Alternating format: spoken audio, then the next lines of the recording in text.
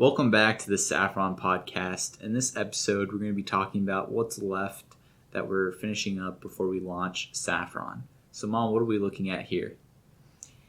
I want to start out by taking a look at what we're wanting for a landing page. And there's a couple things we want to try to accomplish. One is we want to have a place where users can sign in easily, and also that they can start a free trial if they don't have a subscription or haven't used Saffron yet.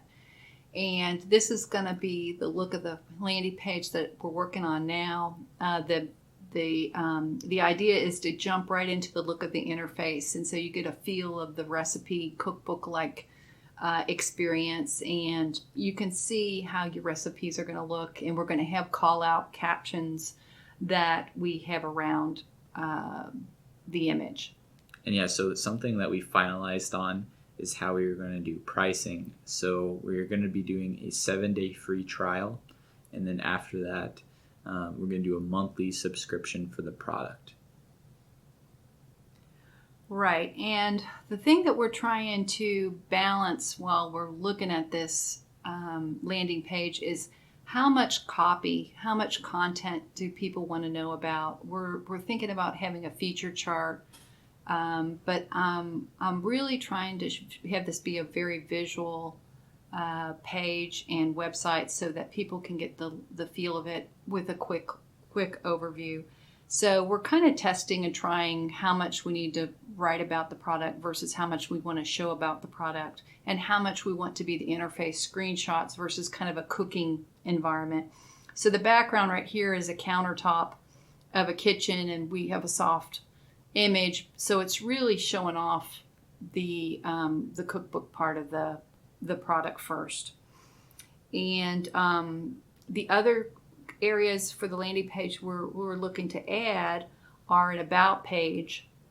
I think some people might want to know why we developed the product and who we are, so I think that might be a nice thing to have on the landing page as well. What do you think? Yeah, I actually like that. Do you like it? So I've seen multiple things for landing pages. So there's kind of like two different styles. There's either buttons across the top that I see, and they're like separate pages per section. You know what I'm talking about? Where there's like an about button, yes, and then there's like a pricing button. And then I've seen it the other way where it's just a single page, and then you just scroll to that content. And then I've also seen it to where you click on like about at the top, and then it just takes you to that position on the page. So are you thinking, I like the idea of having an about section. I think that's good. Are you thinking doing a single page for the landing page?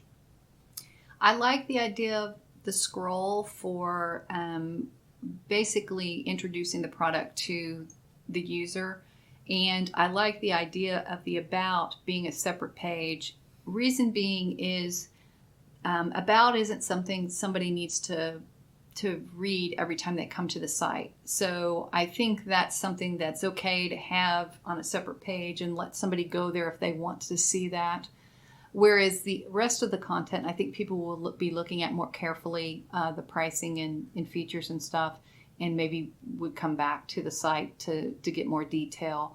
The other thing we looked at, which I believe you suggested, is having a sticky header at the top. And when this scrolls, the imagery and content will go under the sticky header. So our logo and our sign in and our free trial button will be very prominent across the top on all screens. And that's pretty much a standard. I see a lot of sites do for that. And also, I think we should just not have an about page for the MVP then. If we're going to have it on a separate page, I think what I want is I want a landing page. And then I think I like the idea of about page, but I think that should be something we prioritize after we launch.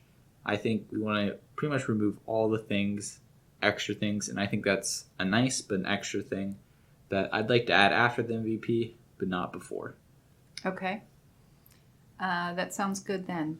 The other item we looked at having on our landing page was some kind of feedback mechanism, and whether or not the feedback mechanism should be in the product or whether or not it should come off the landing page, or if it should be some kind of forum or social media. What do you see taking advantage of, or the best vehicle for getting feedback from? Actually, looking at this now, I originally was thinking maybe almost like a form at the bottom of Saffron, or not Saffron, but just maybe we have a footer in the footer, or maybe at the bottom of the landing page itself having like a little form you see sometimes. But I'm thinking to actually get feedback, a good way to do this is to set up something like a Facebook group. In that case, I kind of want to just link them to the group so they can join that, and they can chat, ask questions, concerns, anything that they have with the product. I'm almost thinking I like adding it to the header. I feel like I've seen that in places before. It's just we have a sticky. This is gonna be a sticky header, so just have a feedback button at the top of there, so they see it right away, and they can, while they're scrolling through the product, or if they're coming back to this page, like if someone's a reoccurring user, let's say, when they open up Saffron, they come to this page right here. They'll see the feedback button right before they click, for example, sign on. So they would be able to see that. Whereas if it was buried in the landing page, they might only see it once or see it less. Do you like the idea of having it in the header? Yes, I think that that's a good place. There's also room underneath the screen capture that we could do another button in another place, but we could test a couple of areas along the top or along the bottom. Do you think that having our feedback tied into social media will limit the people that will use it? Do they have to be members or actively working in these social media areas in order to be in the forum, or how do you envision that working? Yeah, that's definitely something I thought about, because basically I've seen this in a response to, I've seen companies where they've had, like, for example, a Facebook group, and then I've seen people respond to that like, I don't have a Facebook, but I would still like to get feedback. Or give you guys feedback. What's the best way? I think no matter what we choose, I'm not sure a better option basically, other than, for example, maybe a Slack and maybe a Facebook group. I'm not sure a better option to get feedback from. I definitely think maybe giving them a place where they can email us is good, so they could send us an email. But other than that, if we, for example, pick Slack, they'd still have to sign up for Slack. And I know there's like concerns about Facebook. Not everyone wants to join Facebook and do everything on Facebook, but you don't have to be an active Facebook user to be able to just join the group in a chat. But that actually might be something that I don't love the idea of a Facebook group, but I don't see a better option basically right now. But I think definitely having another option, like being able to receive emails, is good as well. Okay, so maybe we should keep our options open and look at Facebook as an option, but if we can come up with something better, maybe there is something better out there. Yeah, I would be open to a different way to basically get feedback from users other than them having to join a Facebook group, I guess. Okay. What about social media in general? Should we be putting icons at this point, or is it early to introduce some of the platforms like Pinterest or Instagram? Or, in my opinion, we should start Instagram as soon as possible, or not just Instagram, but social media as soon as possible. But if we don't have a plan in place, not a plan, but if we're not regularly generating content or creating content and sharing content, I don't think it's worth starting it. So I don't think it's worth starting we should definitely reserve our name, which I think we've reserved our name on a couple platforms already. But I don't think we should start actively promoting it or doing stuff with it until we're ready to commit to frequently using it. And I don't think we're at the current point now where we want to focus on social media. I think we're still at the point where we're wanting to build out the product and improve the product and focus on making this the best product. So I'm thinking waiting on spending time on social media for building Saffron accounts right now. Okay. Is there anything else that we need to consider that should go on the landing page that we haven't covered? So I like the start of it. I like screenshots. I like pictures. I don't think a lot of people read, so I like the idea of going through the features and having visuals for those. Um, the other thing is having their pricing on there, so a screen that says how much it costs to use Saffron. And then right now on this page, we could probably add another button like in the middle here that's like start or try Saffron now, because we have it in the header. Mm-hmm. I think it'd be also not have good to have a button right there. Yes, I did leave that open, thinking there might be some call to action needed. So that's certainly a good place, prominent, and we can use a strong color that would call attention to it. Yeah, and then I would say other than that, I'm happy with that, and I think I really the thing I want to just overarching theme is to make it as simple as possible and as flexible as possible that we can iterate on top of it. So again, with the landing page, we're going to have features that are going to be quickly being added to Saffron. So a way to be able to make sure the landing page, we don't have to redo the entire landing page if we want to add stuff to it, that it's flexible and that let's say we add a grocery list or a clipper, that we can add another panel on the landing page to show those features off. I think is good. Yeah, absolutely. We again are just at the ground floor of rolling this out, so we definitely have growth, and we need to have space to add that new content without having to spend a lot of time on the landing page. We want to spend more of our time creating the product.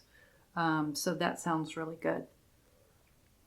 So the next thing, why don't we move from the landing page to what we are going to have the users see when they first go into Saffron. We haven't created a landing, or let's call this a home page of the product. So we've moved from our landing page and we're now looking at what does the user see when they first launch the product. So I like the idea of having kind of an update that shows the user what they have in Saffron. So for example, as an overview, the user is going to be creating cookbooks, naming them, and they're going to be having grocery lists down the road, and they're going to be adding recipes. So this page is kind of a way to see what cookbooks have I created, and you could launch. If you want to go straight into a specific cookbook from this page, you could. If you want to see what recipes you just added, you could scroll and go through those real quickly. So I like having something like this as the start of the product, because otherwise, if you go straight to, say we want to start the user on the search page or the add a recipe or the cookbook view or adding a recipe, we really don't know what they want to go into first. And I think this gives more of an overview of the product, and it'll show them what they've done so far or remind them what they were doing last time they were in here. Do you have any thoughts on what you think the user should see when they first get into the product? So with this, first off, we're not going to have the grocery list right away. So if we did indeed implement this page, it'd basically be a 2-panel where you see your recent recipes and your cookbooks. Correct. In general, I like the idea of a home page, and I think that having something where you can kind of see what have I been doing in Saffron, what have I been doing recently, or kind of it shows you the different things you can do in Saffron is good. I don't think I like it at this point. I think we want to add more features out before we add this, and I think this is another page that is trimmable. And what I mean by that is I think that before we go into the MVP, we should prioritize other things. And I think this is one of the pages that we can do later and add later. I'm for the page. I think it's doing a page like this is helpful. But I think, for example, not having this out the gate is okay. Like, I think them going straight into browse cookbook is not a bad thing. So being able to just view your cookbooks. But this is also, there's two things here. What does a reoccurring user see? and what does a new user see. So I definitely think the first time a user comes to Saffron, we should have some kind of onboarding screen. But that's not what this is. This is more of what a reoccurring user would see. Correct. And I think right now we can wait on creating a reoccurring user page because quite frankly, we have no reoccurring of users right now. But I definitely think that's something we should add future looking forward. Okay. That sounds great. So let's take a look at what would a new user see. So the first time that someone launches Saffron, and these are screens. We probably would pick one of these ideas. We're looking at two options here, just as far as the design and the layout. But do we want the user to understand that basically these are your recipes, and we want to let them or encourage them to add the recipes as quickly as possible, and we want to make that as easy as possible. So one idea we had was to let them add a sample recipe cookbook. And so the two action buttons on the left screen show go to form or get a cookbook. So the idea here is that a user might want to get started and they know what they want to enter. They're going to enter it by hand at this point, and they would click on that form and go straight into adding recipes. The other user may not know what this looks like yet, or how to use it, or how things are going to work. So they might want to get this cookbook.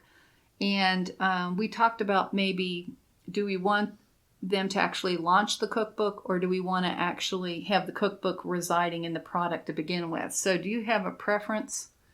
Yeah, so here's what I think we should do in regards to this. So we were deciding whether we should have like a button they click and then they add the cookbook to their account. But I think as soon as someone signs up for Saffron, we should add a sample cookbook to their account. And then when they arrive at this page, we should basically just give them two options, like we do here. But instead of having on the right side, would you like to add a cookbook? The cookbook's already in their account. So view. Maybe just view cookbook. Exactly. Enough. So just tell them like, hey, we've added a sample cookbook for you. Would you like to go check that out? And then on the left side being, or if you want to, you can go enter new recipes yourself right here. So with that said, I think I would lean towards the layout on the right, telling them to get started, because the message on the left is letting them know, hey, you're in control of creating your own content. And since we're going to provide them a sample, I think the get starting message probably is clearer and would enable them to understand that they've got a couple choices right now. They can either start entering their own recipes, or they can go view a sample. Yeah, I agree. That was the one on the left where we were saying your recipe collection is empty. That was the header we had before. Is when they would enter Saffron, it would be empty, and so they would need to do something to make it not empty. Now that we're going with the approach where we actually we have stuff for you right when you arrive, and I think that's a good way to do it. I agree, the right side, where we say, we have a screen where it just says, this is getting started, and give you your choices of how you can now start using Saffron is a good idea. Now on the sample recipes, we're going to name that sample cookbook, or something to that effect. And then we'll have several recipes in there. Do you think we need to communicate somehow with the onboarding process that they can edit this, they can add recipes, delete recipes, or they could start fresh? Do you think that will be clear to them when they go to the sample, or do you think we need to explain that somehow? I'm not sure, but when they click on the button, that'll be something we'll kind of have to see when people try it. But when they click on the button to go view the cookbook, right now actually the screen is blank until you select a cookbook and select a section. So actually what I'm thinking now is as soon as you click go to the page to view a cookbook, I should really just open the first cookbook automatically. That way it's not totally blank when they get there. So the idea is they'll click on a recipe, and maybe I should even have a recipe that is shown right away. I think so. I really think having examples in place so that they see it as soon as they get in there, and hopefully that'll invite them to click on some of the icons and visit different areas. And when things are blank or they haven't been filled in yet, I don't think it's going to be as intuitive to know where to start or what to do. Yeah, I agree. So if we end up doing that, then as soon as they click that button, they should see sections on the left side, a recipe on the right side, and then they'll see a pencil at the top. They'll see a trash can at the top. So they can start clicking on stuff. We have hints when they hover. So I think they'll get maybe a gist of how it works with the recipe, or at least they'll be able to start clicking on stuff. But I think we'll have to see. Maybe we need more explanation text. But I think what's maybe less clear is how would I edit this cookbook, or how do I add my own cookbook. Maybe when people click the icons on the left, one of the icons on the left will take them to the page where they can edit a cookbook or change a cookbook. And so I think it may not be obvious, but I think that's maybe something they'll be able to discover by clicking on the cookbook icon on the left. But that's another thing where maybe we might need to improve on. I think having it this as is, where it's like they can kind of discover around a little bit, and I think they should be able to discover, but maybe not. Maybe that's something we can smooth the process of doing. I'm hoping with the MVP version that we're putting out, and we get early users that are trying it, that they'll give us that kind of feedback, and they'll let us know what they want to see more direction on. We really don't want to make it too cumbersome with too much content and have too many instructions and layers of things. But at the same time, we've been living and breathing this for a while and using it for a while. And I think, again, somebody with a fresh pair of eyes that's going through here will hopefully shed some insight and help us, from a user perspective, let us know what would make this easier for you to get started on. This is what we should do. This is something I heard about watching one of the Y Combinator videos. So what we do is when we have the onboarding process finished, we actually just get someone who's never tried it before, like Dad or something, and then we just be like, sign up for the product or edit your cookbook. And then we say no words at all, and we watch what he does, where he goes and clicks on, what he tries to do to be able to do that action. And from that, we'll gain a lot of insight into how can we hint him better, or how can we get the user to do what we want visually, or adding some tips, because that'll give us an idea of what are they thinking, because we've used it so much, we know it very well. So we need to get someone to try it that has never tried it before, and then just watch them. Just watch over their back and see what they do. Okay. So that's what we should do as far as that. That'll help a lot. Will improve the little things of new users trying it. I think that would be very valuable. And the thing I see too is we'll focus on different areas of the product, and it helps to step back and use it all together. So for example, we might be working on the landing page or the cookbook view where you've got the table of contents and stuff, and then we add other sections, and then we come back. So to me, I learned so much by using it all together and seeing other people use it together. And again, the experience just gets better the more that we can repeat and watch and perfect these areas. So I think it'll get better the more we go through the different stages. Yeah, I agree. And it's just going to take some time to figure those things out. And that's pretty much what we're going to be working on next week, is doing the landing page and picking the onboarding and getting that ready. And that's it for this podcast. So thanks for listening to this episode of the Saffron Podcast.